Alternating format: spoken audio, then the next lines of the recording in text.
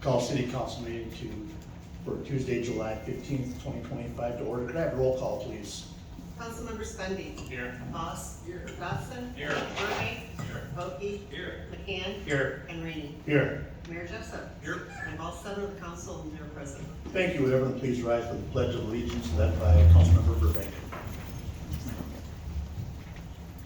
I pledge allegiance to the flag of the United States of America and to the republic for which it stands, one nation, under God, indivisible, with liberty and justice for all. All right, good evening on a steamy summer evening. Up tonight, we have the council agenda. We do have some changes to the agenda. Being pulled from the agenda tonight are 2.5.1 in the consent agenda and action items 3.4.5, 3.4.6, and 3.4.7. With those changes, I would look for a motion to approve the agenda. Noted. Motion by Brent to approve, do I have a second? Second. Second by Nate, any discussion? Hearing none, all those in favor signify by saying aye. Aye. Opposed, motion carries. Mayor Jessup, have you got any for us this evening? Nothing tonight, thank you, Council President Reed. Thank you. We're now to the consent agenda. Consent agenda consists of city council meeting minutes, other board commission minutes, licenses, permits, and miscellaneous items, all grouped together for the council to review prior to the meeting and vote on collectively. With that, I will entertain a motion on these consent agenda. So move. Motion by Dan to approve, do I have a second? Second. Second by Don, any further discussion? Brent Stenby. Note my involvement with the Still County Free Fair as my director, so I'll make that for the record. Thank you. Anything else? We have a motion and a second. All those in favor signify by saying aye. Aye. Opposed, motion carries. We're now up to the action items, and first up tonight is the finance report. And for that, we go to Vice President Doug Boss. Good evening. Thank you, President Rainey, and thank you to the staff for a nice short list and checks over $20,000 for your consideration tonight are as follows. $23,548 to Central Farm Service for fleet fuel. $97,382 to Hydro Clean for the 2025 CIPPS projects, pay estimate number 3. $40,800 to the Chamber of Commerce for the second half of the Main Street contract, the second half of the Economic Development Services, and Chamber Bucks third quarter anniversary awards of $800. $26,500 to Terracon Consultants for professional services on the 18th Street Southeast project. Other expenditures of $246,590 for total expenditures presented for approval $434,821.28. That's a small report. That was great. Any questions on the finance report? Look for a motion to approve. So move. Motion by Dan to approve, do I have a second? Second. Second by Dave. Any further discussion? Hearing none, all those in favor signify by saying aye. Aye. Opposed? Finance report has been approved. We have one ordinance tonight, 3.2.1, second final reading of proposed ordinance 25-209 to amend the city code section 93-029, noise in public parks, and we go to City Attorney Mark Walbrand. Good evening, sir. There are no changes to the ordinance that was approved in the last council. Thank you. No changes to that, so I would look for a motion to approve. Motion to approve. Motion by Doug to approve, do I have a second? Second. Second by Nate. Any further discussion? Hearing none, all those in favor signify by saying aye. Opposed? Councilmember Spendy. Oh, I'm sorry, we need a roll call on this. Where were you on that, Doug? Trying to get your Can I have a roll call vote, please? Councilmember Spendy. Aye. Moss. Aye. Dodson. Aye. Burbank. Aye. Boki. Aye. McCann. Aye. And Rainey. Aye. Thank you. Thank you. Appreciate it, Jeanette. We're now up to the resolution. We have one resolution tonight, 36-25. It is for Good Day Express Car Wash, and we go to Community Development Director Troy Plecker. Good evening, sir. All right, good evening, thank you. We do have a request for Good Day Express Car Wash to be located at 1810 South Cedar. That's the site of the former Salvation Army. It is zoned B2 Community Business District, and car washes do require a conditional use permit. site would eliminate access off of Cedar Avenue as well as at the corner of Cedar Avenue and 18th Street. The one access point would be directly across from the Hy-Vee driveway on 18th Street. All traffic would be directed around the building, providing quite a bit of stack room before you get to the pay station. And then they would all exit at that location as well. All parking requirements are met. They are also proposing 7 trees to be planted to meet our landscaping requirements. We did have a public hearing at Planning Commission last week. We did have the property owner to the south that expressed some concerns about access and visibility of the strip mall there. There are no access easements to anyone's knowledge providing access to that parking lot. The Planning Commission did recommend approval, and with the additions listed in the staff report there, staff would recommend approval. Thank you. Any questions for Troy on this? Hearing none, I look for a motion to approve. So moved. Motion by Dan to approve, do I have a second? Second. Second by Doug. Any further discussion? Hearing none, all those in favor say aye. Aye. Opposed? Motion carries. Thank you. We have 6 miscellaneous items tonight. First one is 3.4.1 tree trimmer permit, the Davy Tree Expert Company out of Rochester, and we go to City Administrator Chris Boosie. Good evening. Good evening. We have received an application from Tanya Austin for a tree trimmer permit for the Davy Tree Expert Company. Their main office is in Kent, Ohio, with a location in Rochester. We have received their application, payment of fees, and a required certificate of insurance. A background verification is in process. Total amount received is $150, and staff recommends approval contingent upon completion of a successful background check. And Chris, Thank you. just take that back. This one is done, yes. Okay. Any questions for Chris? Hearing none, look for a motion to approve. So moved. Motion by Nate to approve, do I have a second? Second by Dave. Any further discussion? Hearing none, all those in favor say aye. Aye. Opposed? And that has been approved. Next, we're up to 3.4.2, another tree trimmer permit, Born to Trim out of Princeton, Minnesota, and once again, City Administrator Boosie. Yes, thank you. Similarly, we have received the application.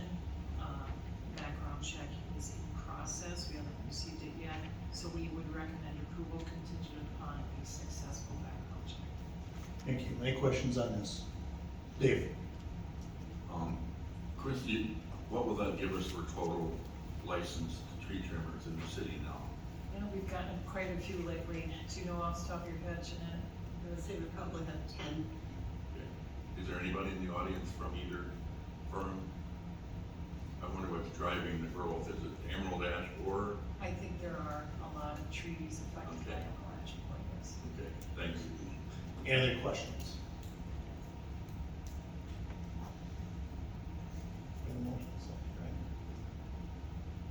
No other questions? I'd look for we have motion second. All in favor say aye. Aye. Opposed? Motion carries. Dave, screw me up.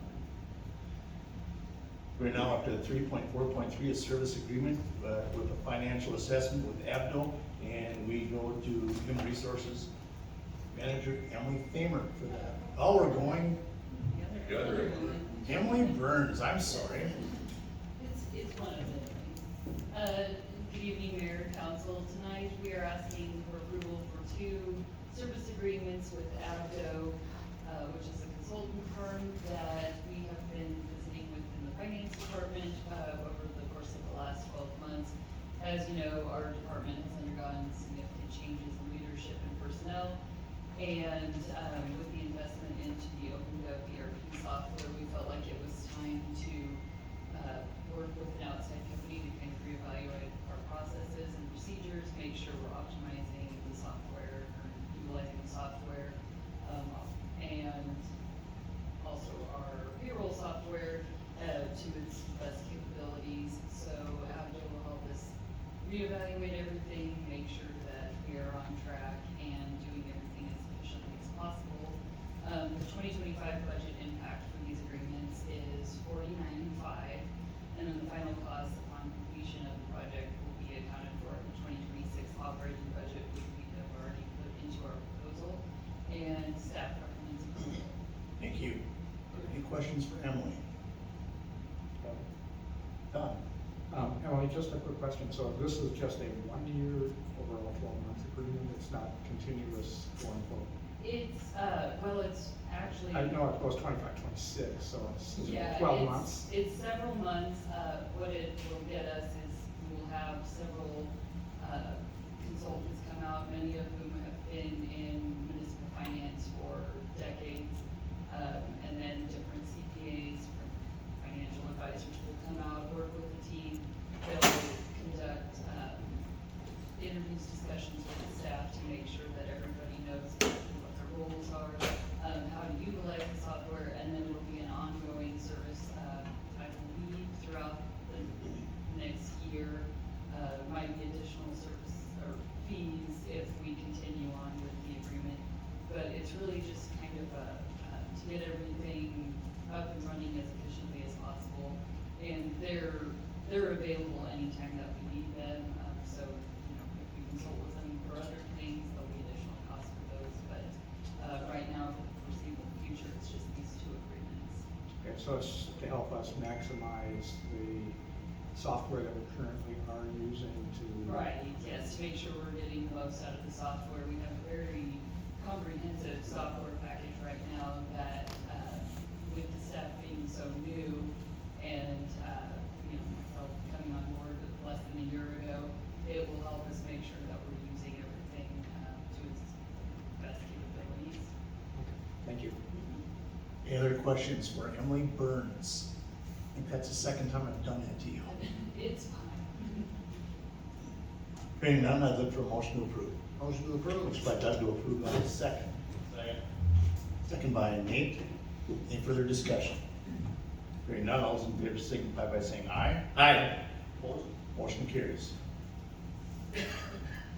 Our next item is 3.4.4, accept proposal for tuck pointing project at City Hall with innovative masonry. And for that, we will go to Assistant City Administrator Jenna Chuma. Good evening. Thank you. Hello. I'm wearing my other hat, and this is government buildings. I've been doing a number of tuck pointing projects for about 3 or 4 years on City Hall, and we've been doing it phased. We got probably a couple left. This one in front of you is for the south end of the building, that wing down there, that pump out area.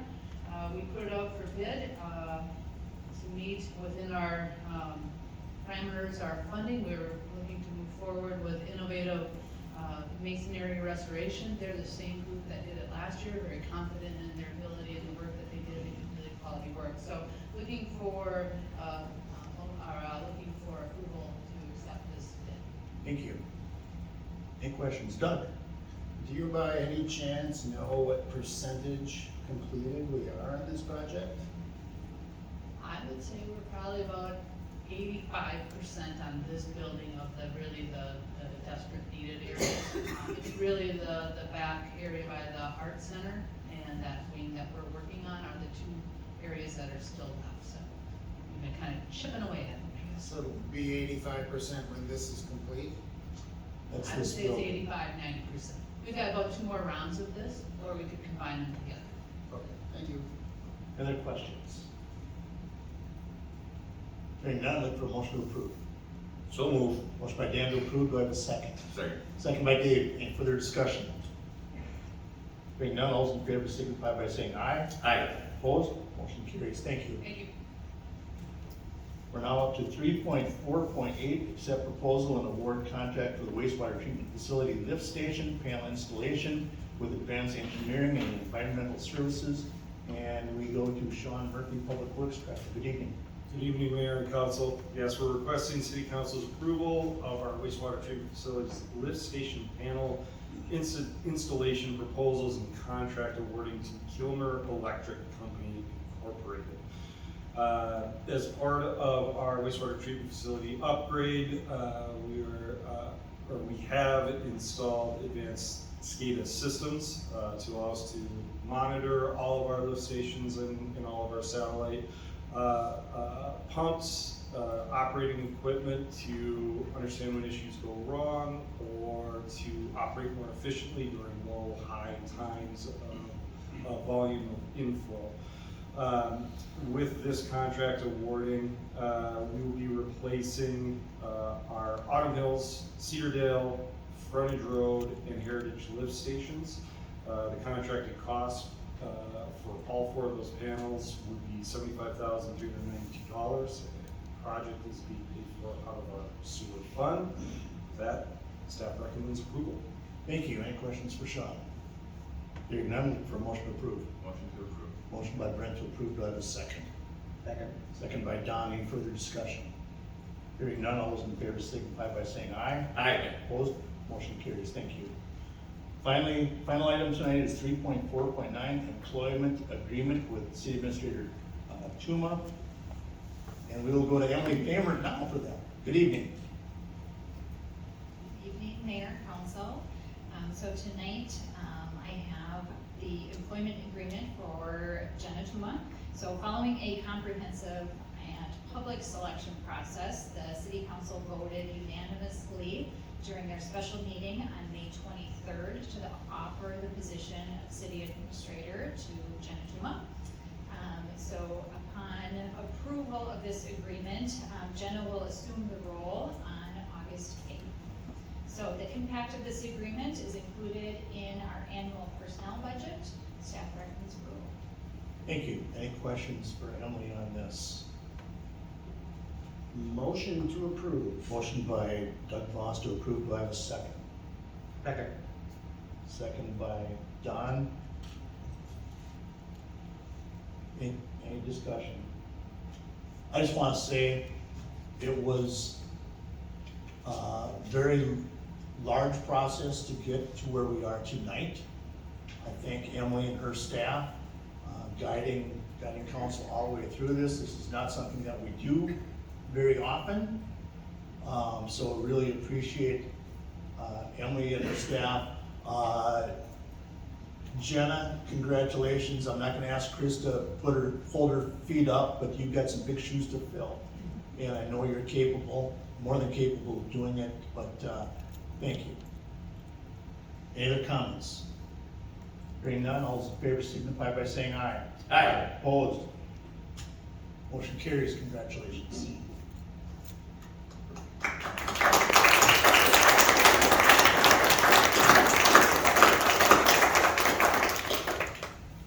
We have one staff report tonight, and that would be our future city administrator, Jenna Tuma.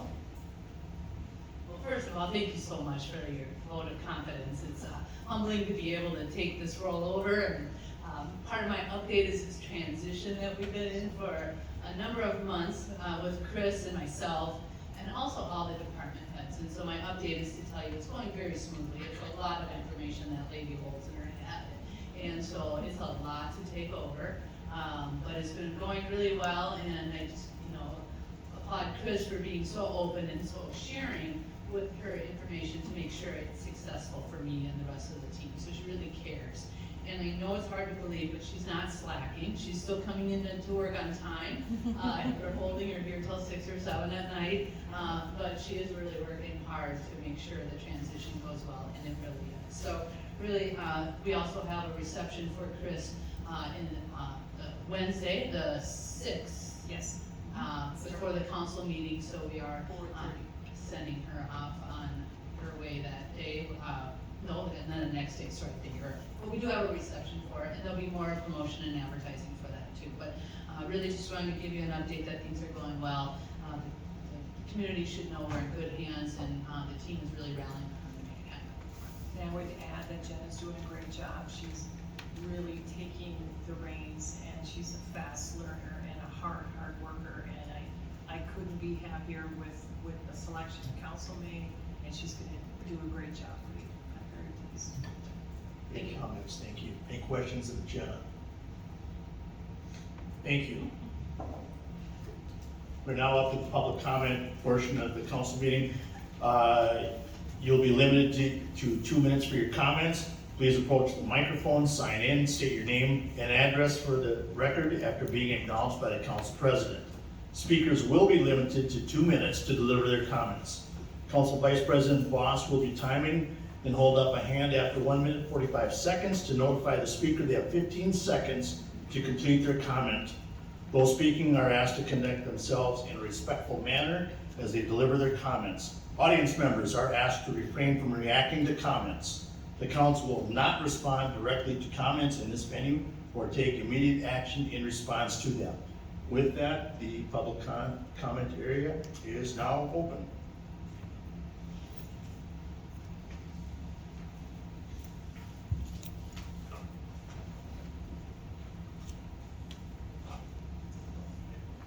Yes.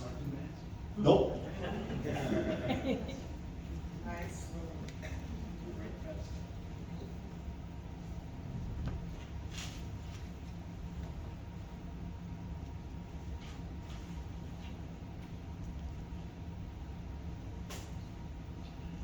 Councilors and Mayor, thank you for the opportunity to talk tonight. On Saturday, my wife... Excuse me, sir. Can you state your name, I'm please? sorry, I wrote it down. Douglas, I'm Doug Parr, 560 Oakwood Lane. Thank you. Good evening. You're welcome, thanks. On Saturday, my wife and daughter and our daughter-in-law went to celebrate love at Pride in the Park event in Central Park. It was uplifting. No one came there to show negativity. Everyone there intended to express their joy in Owatonna's inclusive and welcoming spirit, except for a very small group of people from outside our beautiful community who came to sow hatred. These hate-filled zealots came to insult us for our loving acceptance of our sisters and brothers and daughters and sons. And they succeeded in making this joyful celebration less so. Like boorish, ill-intended, uninvited guests at a sacred observation of love for one another, they insulted and intentionally provoked the revelers. They stood in front of the stage and shouted insult at the performers and those of us who were there to hear the musicians and enjoy the day. Some of us were made to be afraid, as these bullies obviously intended. They want us to go back to being afraid and silent. A few of us were intimidated to the point of tears. Many of us felt rage, but we held our tongues and kept our fists at our sides. The bullies were there to provoke us, and we peacefully held our ground in spite of the obvious provocations. These outsiders were here to inspire conflict and hate. After returning home, I did some research and found that there was a Minnesota statute that covers their behavior and calls for a possible 90-day jail time or up to $1,000 of fines. Thank you. Yeah.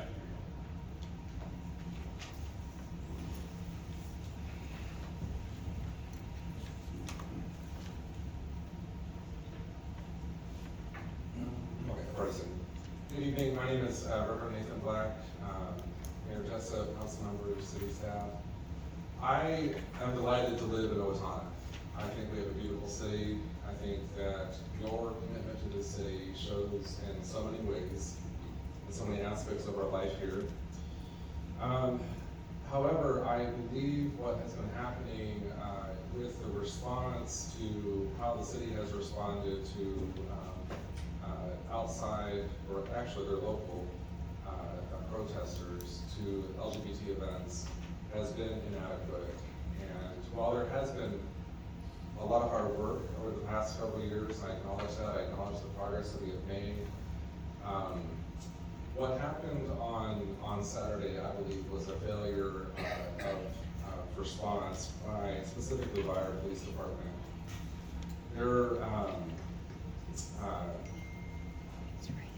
We made multiple calls throughout the day to have the police come, to be present. There were specific instances of incitement to violence that these protesters were causing. The police did not come until city staff had to call them in, city staff had to be present. And so as a community, we are wondering if the city or police department actually supports us. My two requests are, and I get from our conversations with city staff and with our police leadership, is that there's a major concern about how to enforce city statute like disorderly conduct while honoring the civil rights and protecting the First Amendment for everybody. There's a lot of concern about how to do that well. And so my request is that the city invest in specific education, consultation by civil rights attorneys that can educate our police department on the law, on how to intervene in these situations. I also ask the city direct our Okay, thank you. attorney to accelerate the process to invest in Thank you. getting our park permits, to have an exclusive use park permit as an option. Thank you.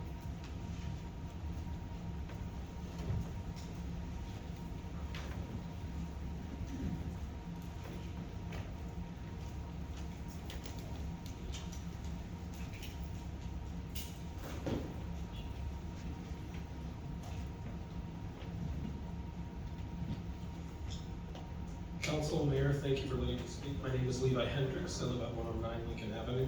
Thank you. The following might be uncomfortable, but I wish to relay specific events that happened because respectfully, I believe you need to know. And it is of concern for you. I witnessed events this last Saturday at Rainbowatonna with Owatonna. People following others around, repeatedly calling them whores, demons, saying they would burn in hell. And while it's your right to hold these beliefs, shouting them at others while following them around repeatedly in a public park is harassment and it is intimidation. Furthermore, attempting to drown out others is free speech, blocking view of a stage that the city has put up for entertainment, for people to see. That's not free speech, that is prohibiting others as free speech. That is suppression, it's free speech. Screaming at people and not leaving them alone with the grace and poise of a child, waving their hands in front of your face, saying, "I'm not touching you," is maybe staying within the letter of the law, but I think we all know that that's actually incitement to violence. Wearing cameras while doing so kind of demonstrates foreknowledge and premeditation of this. I think it is a failure of the police department to not have a presence in this situation. We see violent situations or situations that are tense and can cause violence. At bar close, an officer might be there just to remind people, make good decisions, don't throw that punch, don't drive drunk. But there was none present for the majority of our time on Saturday, and that is an embarrassment. I have friends on the force, I don't mean to disparage any individuals. I appreciate what they do for us. But I ask of the city and the police department to do better and to do it now. Thank you for your time. Thank you.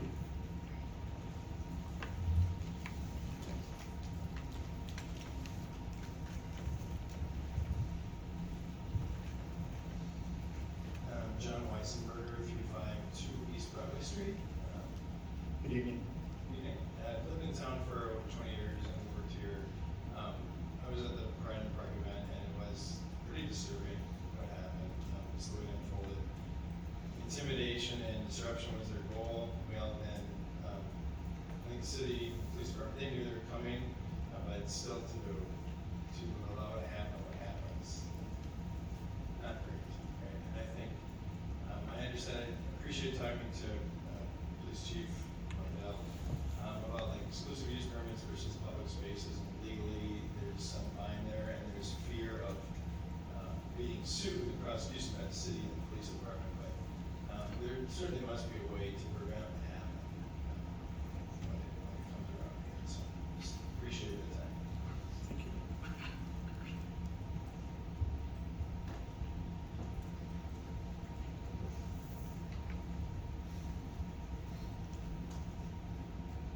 I'm Sue Lightfoot-Bocock. I live at 346 East School Street, and I'm part of Rainbowatonna. I also manned or womaned the craft space. During the time in the craft space, when things started to get out of hand with the protesters, they started encroaching upon the children's space and had a picture of an aborted baby facing the children's table. I had children crying. I had one child say that he was told he was a devil and he was going to go to hell. This is not acceptable. This is not who we are. What is the difference between free speech and harassment and disorderly conduct and hate speech is what I want to know. And what would happen if this happened at concerts at 7 or Downtown Thursday or any other event such as the farmer's market? Would we tolerate this, or do we just tolerate it because it's of a marginalized people? That's all I have to say, is that it was very disturbing to a Pride, beautiful event that was in no way provoking violence in any way from the people who were participating, but the protesters did everything that they could to make us angry. And I was really proud of Owatonnans for standing up for themselves. Thank you. Thank you. Did you have a chance to sign? She gets one right. Okay, thank you.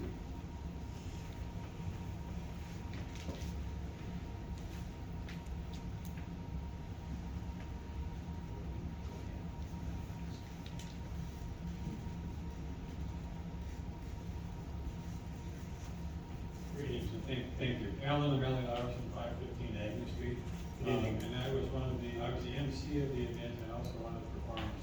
And I gotta say that the amount of times that I was shouted at, shouted down, blocked the meeting to say what I was gonna say, I couldn't even hear myself saying what I was trying to do, because they were right there in front of me, blasting away.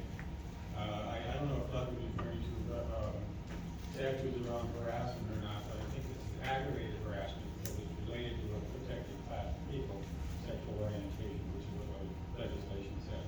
I've also heard it said that people are talking about, well, we're gonna see what we can do. No, we shouldn't be approving this to see what we can do.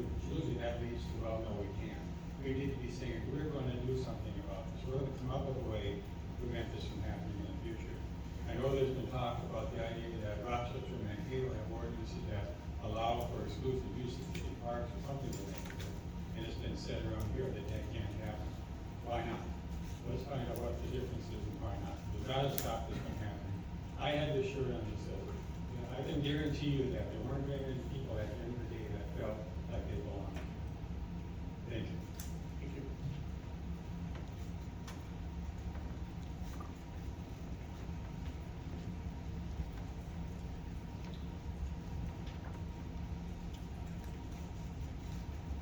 Hi, I'm Kimber Wilson, I live at 816 South Avenue. Good evening. I would like to share both my appreciation for this year's Pride in the Park event and a concern regarding the conduct of certain protesters that affected the experience of many attendees. First and foremost, Pride in the Park was a fantastic celebration. The atmosphere is vibrant and welcoming, with fun activities for all ages and a phenomenal lineup of performers that brought incredible energy to the crowd. The food was diverse and delicious, and every volunteer vendor and community member we encountered was kind, welcoming, and helpful. My daughter, who is aromantic, an identity that isn't widely understood or talked about, felt truly included and seen, and that meant the world to our family. She had the time of her life. Even our dog, who was loved by all and received so much attention, enjoyed every moment. We danced, laughed, and celebrated alongside our community, creating unforgettable memories. However, I was deeply disturbed by the behavior of a group of protesters who stood directly in front of the performance stage, intentionally blocking the performers with large explicit signs, including disturbing images of dead babies and shouting slurs and aggressive insults at attendees. These actions were not only disruptive, but deeply inappropriate, especially with so many families and children present. Instead of seeing joyful performances, many children were forced to see hateful and graphic content. To protect the integrity of future public gatherings, I urge the city to consider implementing designated protest areas to ensure that free speech does not come at the expense of public safety and community well-being. That everyone's rights are respected, both those wishing to demonstrate and those participating in community events, also upholding constitutional rights and maintaining a safe and welcoming space for all. Thank you for your continued support of events that celebrate diversity, love, and unity, and thank you to everyone who helped make Pride in the Park such a meaningful and joyful experience for so many. Thank you.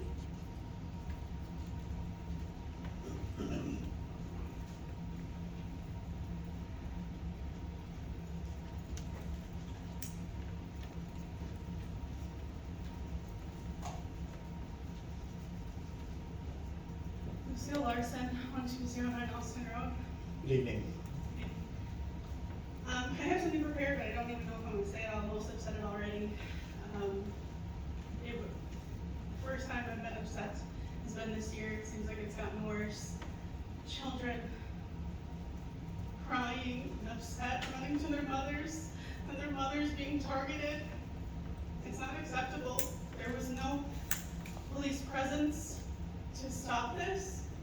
This is why I prepared it, so I wouldn't lose my place. It was a beautiful event. The day was perfect. It was sunny, windy, food vendors, art vendors, local businesses. If you believe nothing, believe local businesses are impacted by this as well. And community, hundreds of people wanted to be here to celebrate. No image, no graphic images from any of our booths. No other things like that. All of a sudden, here comes the protesters with all of those things, with all of that hate. This would not be a drama-filled event if they would not be there. It'd be like farmer's market. It happens, it's done, we go home. Now children are traumatized, parents are traumatized, people feel like they don't belong. Do I feel like I could call the police an emergency? I don't know. Would they come? Would they know who I am and say, no, we're not gonna protect her? This is the view that people see of Owatonna. Is this the picture we want for Owatonna? We just spent all that money to rebrand. I don't think this is the view that we want, and I think we want the community to be welcoming to everyone. And we're not saying protesters can't be there.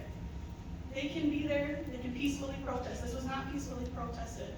This was disturbing the peace, disorderly conduct, harassment of a marginalized group of people. Thank you. Thank you.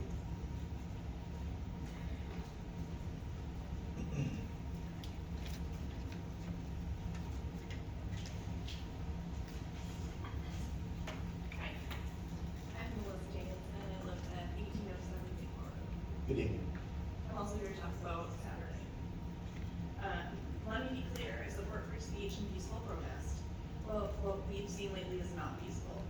We've had protesters screaming at families, shoving graphic images of aborted fetuses in children's faces, and telling strangers they're going to hell. That's not expression, it's harassment, and it has no place in our public spaces, especially at events meant to be safe and family friendly. What makes it worse is that a lot of these people aren't even from our town. They come in with their megaphones, hateful language, and completely inappropriate signs, and somehow it's our local police protecting them, and not the families who actually live here. If someone waved a bloody poster outside a daycare on a normal day, they would be removed immediately, but slap the word protest on it, and suddenly we are supposed to accept it. We need our police to protect public safety, not just stand by while outsiders shout over our citizens. Our town's events and public spaces should feel welcoming, not hijacked by extremists who stir up chaos and leave us to deal with the damage. This isn't about politics, it's about public decency and safety. I'm urging our police department to enforce the laws we already have around harassment and disorderly conduct. We need a clear line between protest and intimidation. And we need to make sure our community stays safe, respectful, and family friendly. Thank you. Thank you.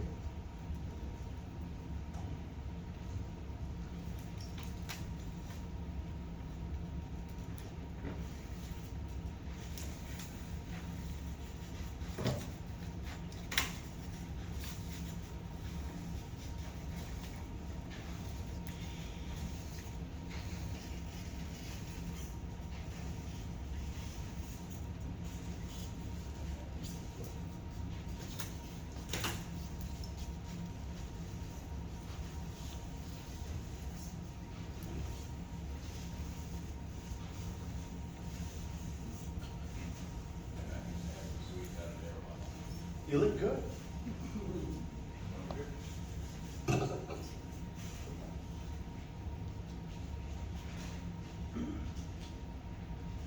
Gary Jones, 995 Ridge Road.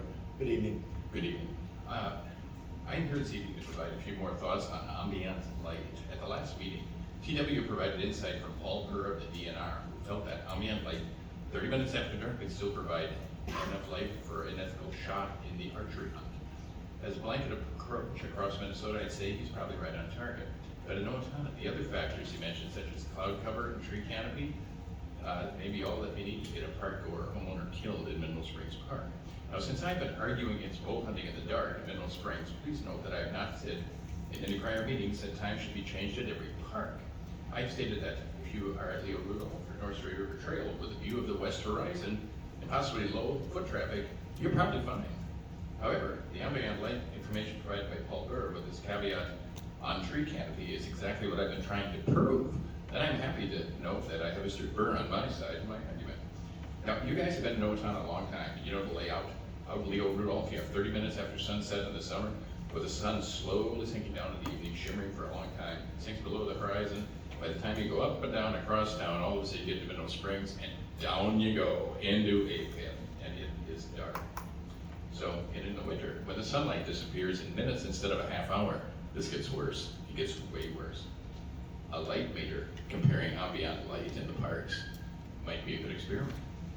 Now, Mr. Berger says that it's still the responsibility of the hunter to hunt in a safe manner and clearly identify their target. Well, we have thousands of motorists on 35 each day, and they also need to drive in a safe manner. Yet, we have such things as headlights, airbags, seatbelts, speed limits, and other laws to make sure people stay safe, so human lives do not just hinge on the subjective view of one driver, whose interpretation of safe may be very dangerous. The same goes for hunting in the dark at Minnow Springs. Please move the time to 30 minutes. Thanks very much. Thank you.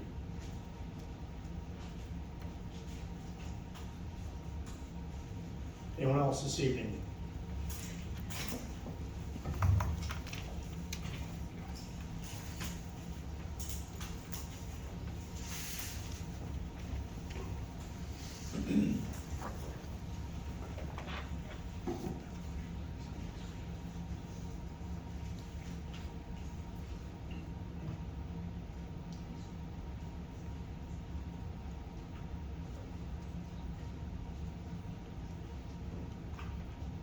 So 33-year teacher, I brought my visual aid.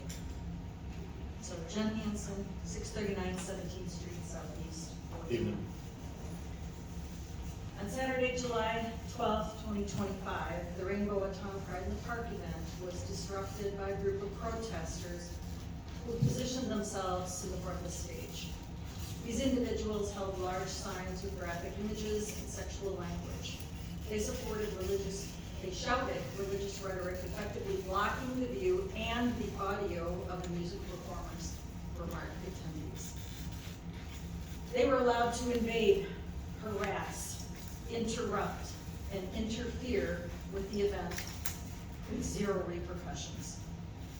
Law enforcement was contacted by event organizers and by community members, but the OPD did not respond. This situation raised concerns among event organizers and participants regarding the protection of free speech against the safety of all individuals present, including families with children. Unfortunately, despite the disruption, the Owatonna police still did not intervene to address the situation. I can't help but wonder what the response would have been if this was a city-sponsored event like Downtown 30 Thursdays or Gem Days. Would protesters been allowed to block the main stage and essentially take the event hostage? I believe it is essential for public gatherings to be safe and inclusive for all attendees. We urge the City Council to consider ways to ensure peaceful expression while also protecting the rights of event participants to enjoy city activities without interruption on public land. This incident highlights the need for clear guidelines to support from law enforcement during events to maintain order and uphold the values of our Thank you.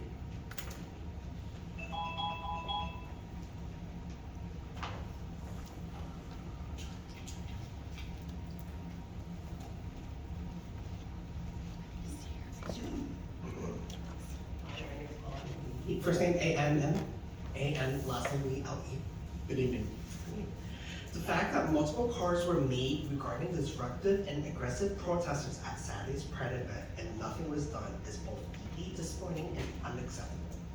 After the harm caused by previous mayor's homophobic remarks, many in the community felt some progress had been made, particularly when current mayor signed the Pride proclamation.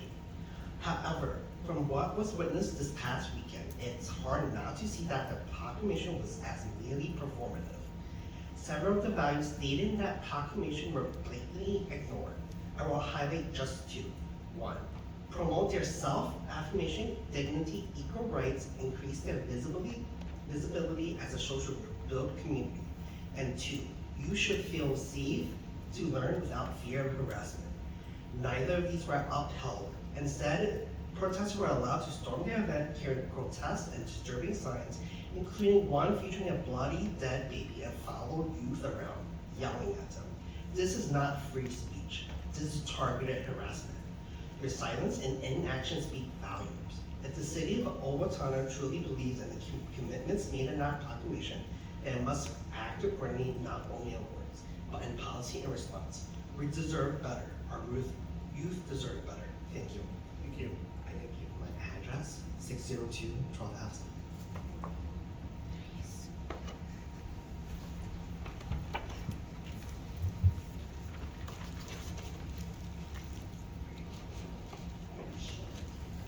Hi, I'm Randy Wilker of 1615 Woodcut Lane, Northeast. Evening. I recently joined Rainbowatonna on the board, so what a great time to start. This past weekend, I face painted for them. I've been face painting for 15 years at festivals and events all around Minnesota. So I have worked a lot of festivals and events, and I have never seen what happened this weekend. I can tell you that I've spent a lot of time helping kids feel not as scared. There was one Goldwood and ended up hanging out in our booth the whole time because his parent was performing at the event. So we just kind of, as we were tearing down, we just kind of moved things and gave him another place to sit, because we were kind of off in the corner and he felt safe there. I also had a little boy, tell me that the protesters had bad hearts.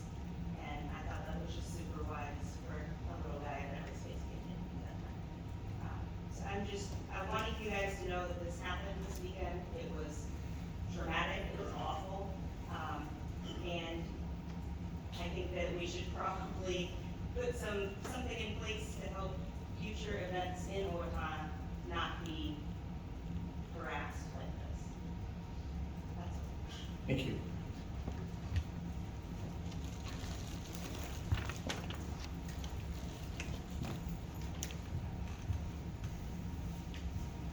Hello, my name is Paula Jameson. I am a resident of Owatonna. I do ask for safety reasons that I do not have to see my address on camera. I did write it down. Okay, thank you. This past weekend, my children and I attended Rainbowatonna's Pride in the Park, an event that celebrates inclusion, resilience, and love. I was part of the entertainment lineup. But before my performance, my children and I explored the booths, enjoying the laughter and lightheartedness that filled the park. That peace was shattered when a group of men began shouting vulgar obscenities behind us. I immediately removed my boys, ages 11 and 7, from the area to shield them from the disturbing language and imagery. Later, the same group forced their way through the crowd again, shouting, parading signs with graphic images of mangled dead infants. My boys, along with other children, witnessed far more than they should have. Many families like mine were visibly shaken. These men blocked the stage, disrupted music, and violated our public space. And I stood in belief as law enforcement did not intervene. This behavior violates our city ordinance on public nuisances and Minnesota state statute on disorderly conduct. This was not protected free speech. It was targeted harassment meant to provoke fear and disrupt a peaceful gathering. Pride in the Park isn't just a celebration, it's a sanctuary for LGBTQ youth who are 4 times more likely to attempt suicide than their peers. These events save lives. They show compassion, connection, and care for a vulnerable community. I'm not asking anyone to change their beliefs. I'm asking for us as a city to stand up for our children, uphold the law, and protect the peace. Thank you. Thank you.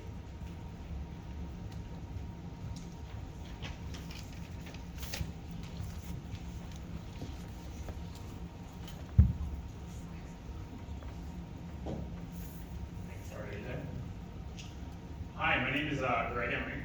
I'm not the best at public speech, so I'm just going to read right from here.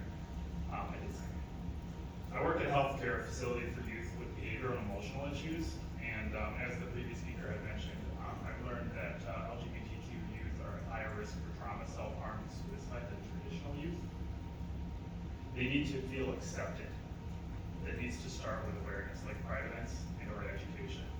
Ideally, they should be accepted for who they are, as they are not hurting anyone.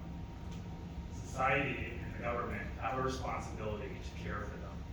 Just like you wouldn't accept a loud, aggressive person in a city hall event, a coffee shop, that same expectation should flow to rented facilities for public events like Pride. Managing protests is not suppression of free speech. And this is just an aside. Psychology has something called an ACE, which is adverse childhood experiences. Studies have shown with each traumatic experience a child has, they are more likely to have long-term health effects for the rest of their lives. Brain scans have shown trauma actually stunts cognition and mental growth as the brain is stuck in a fight or flight survival mode. So I pray for us to work together to prevent harm to our kids. Thank you. Anyone else wish to speak this evening?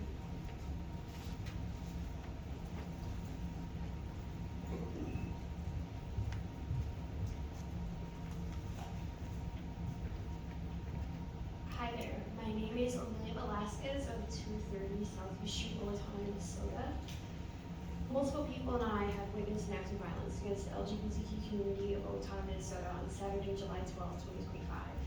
A group of religious extremists from outside our community came to Central Park in Owatonna to antagonize children, family, and individuals celebrating their pride of existing openly. These extremists attempted to cover up music performers with their graphic signs, walk into patrons in the park, yell slurs and other forms of bigotry at children and others celebrating their humanity. My friends and I were waiting for OPT to come and de-escalate the chaos that was ensuing from these extremists, but instead witnessed them on the sidelines, possibly waiting for someone to get physical. We shouldn't have to wait for someone to get hurt in order to ensure protection from our local law enforcement. I would also like to mention off topic that the same ideology that these extremist groups shared and presented at Central Park is the same ideology that contributes to the assault and deaths of hundreds of people who identify as LGBTQIA. And that is all I will say. Thank you. Thank you.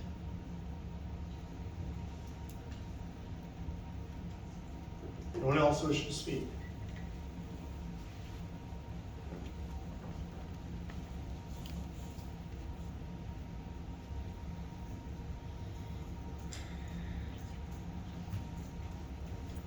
Melissa Zimmerman, 2525 Stonington Drive. Good evening.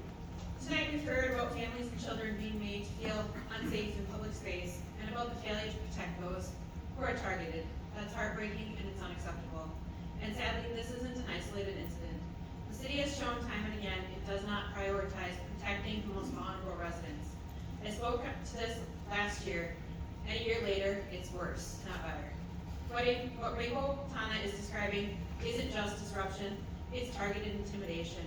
And when people show up not to protest peacefully, but to frighten, harass, and silence a marginalized group, it meets the definition of terrorism. The unlawful use of violence and intimidation, especially against civilians in pursuit of political aims. I'm here most meetings to speak about the East Side Corridor, a 45 to 55 mile an hour highway that would run 17 feet from homes. It would bring high-speed traffic through quiet residential neighborhoods, forever changing the lives of families who live there. East Side Corridor residents have been ignored.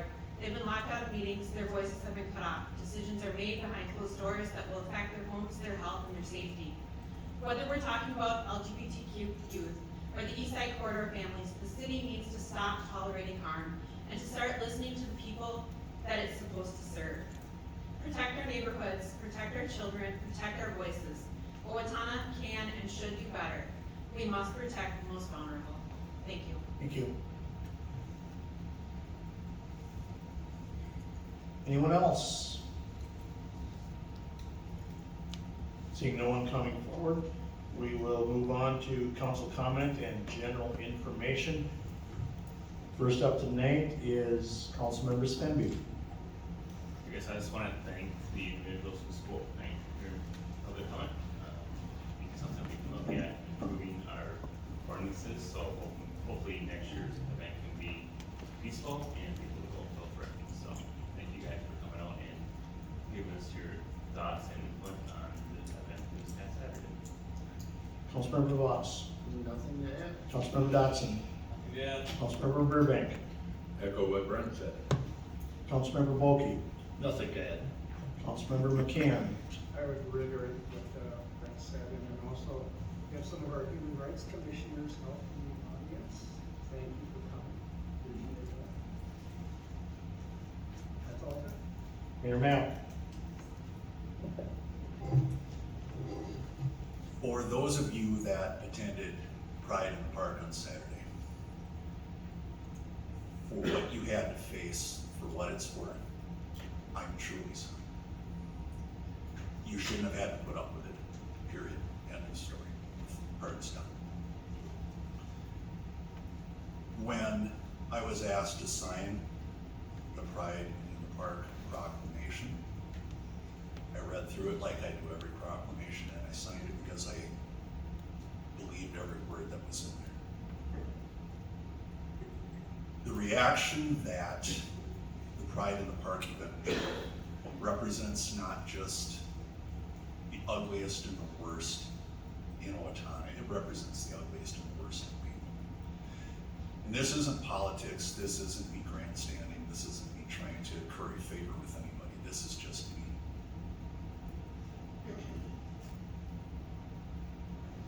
That behavior was not necessary, and it has no place here.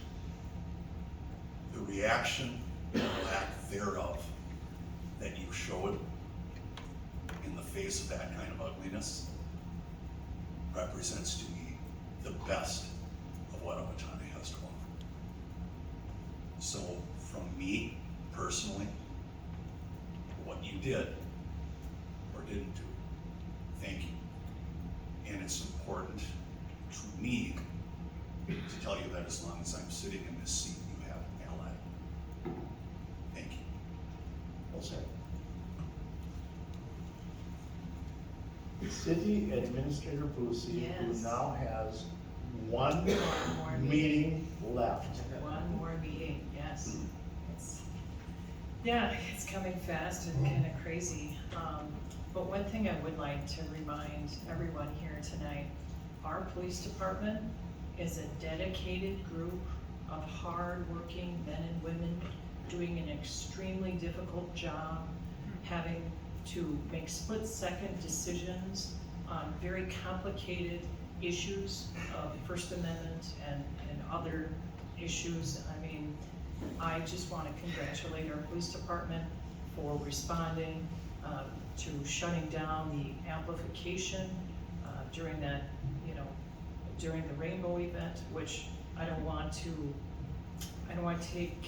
minimize anything that happened to you. Everything that happened was unacceptable.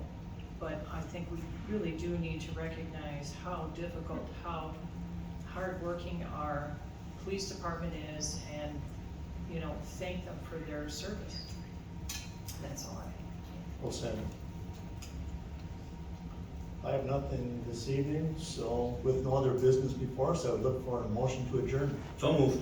Motion by Dan to adjourn, do I have a second? Second. Second by Dave, all in favor signify by saying aye. Aye. Opposed? Motion carries, we're adjourned.